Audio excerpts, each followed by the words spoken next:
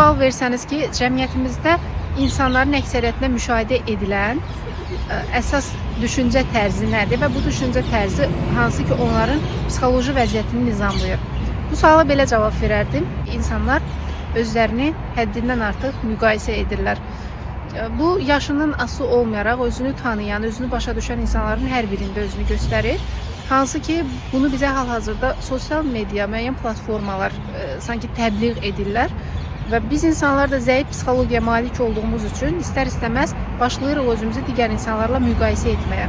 Baxın, biz istər həyatımızın, şəxsi həyatımız olsun, istər iş həyatımız, karyera həyatımız olsun, istərsə də hadisələrə ümumi yanaşma tərzimiz olsun. Burada hər hansı bir müqayisə ediriksə, bu o deməkdir ki, mən özümü ikinci plana atıram, mən başqalarını özümdən daha üstün görürəm. Fərqi yoxdur, müqayisə müsbət yönümdə də ola bilər. Yəni biz özümüzü başqalarının üstün görüb sanki özümüzə bir tətmin duyğusu yaşadırıq və yaxud da özümüzü başqalarından aşağı salıb digərlərini özümüzdən üstün götürürük. Bunların hər ikisi zərərlidir. İnsan birinci mənada özünü inkar eləmiş olur. Yəni özünü başqalarından aşağı səviyyə salanda özünü inkar eləyir. İkinci mənada isə digər insanları inkar edir və özünü sanki başqalarından üstün tutaraq öz varlığını sübut eləməyə çalışır.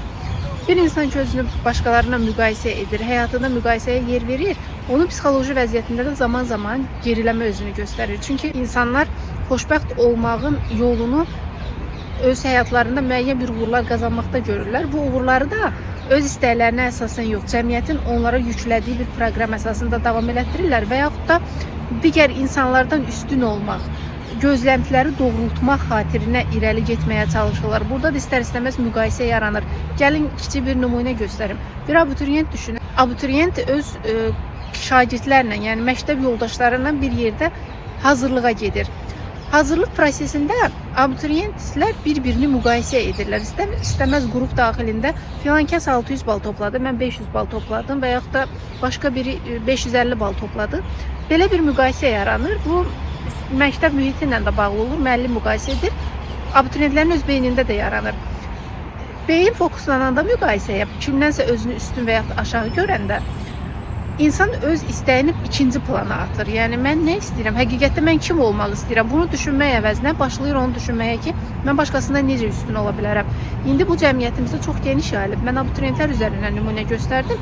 Amma insanlar çox təəssüflər olsun ki, özlərini tanımaq, özlərini kəşf etmək əvəzinə, nə istədiklərini bilmək əvəzinə başlayırlar qadınlar özlərini bir-birindən müqayisə etməyə. Filan kəs gözəldir, filan kəs gözəl paltarlar aldı, filan kəs brend geyimlər geyinir, iPhone-un ən son versiyasını işlədir. Mən nə üçün belə etmirəm? Və yaxud da sosial mediada hansısa bir ailəni görür, onu öz ailəsi ilə müqayisə edir, öz həyat yoldaşıyla müqayisə edir ki, filan kəsin həyat yoldaşına çiçək aldı, hansı ki bəlkə də heç almayıb, özü gətirib ona video xatirinə verib ki, göstər sosial mediada baxırsa yığsın. Bunu təbliğ eləyib. Biz də ona baxırıq və nəticədə belə fikir yaranır ki, hamı xoşbəxtdir, biz xoşbəxt ola bilmirik. Müqayisə olunduğumuz zamanda, özümüzü daha doğrusu müqayisə etdiyimiz zamanda hamını özümüzdən üstün görürük və yaxud da hamını özümüzdən aşağılamağa çalışırıq və nəticədə insan xoşbəxt və huzurlu ola bilmir. Düşünün, yəni bir dəfə ömrümüz var, bunu yaşayırıq.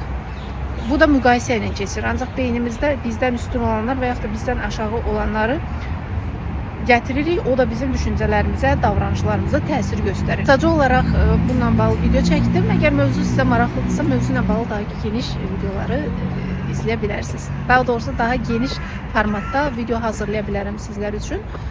Necə edək ki, müqayisə etməyək özümüzü, bunun psixoloji qaynaqları nədən gəlir? Ətraflı fikirlərinizi aşağıda yaza bilərsiniz. Təşəkkür edirəm izlədiyiniz üçün, sağ olun.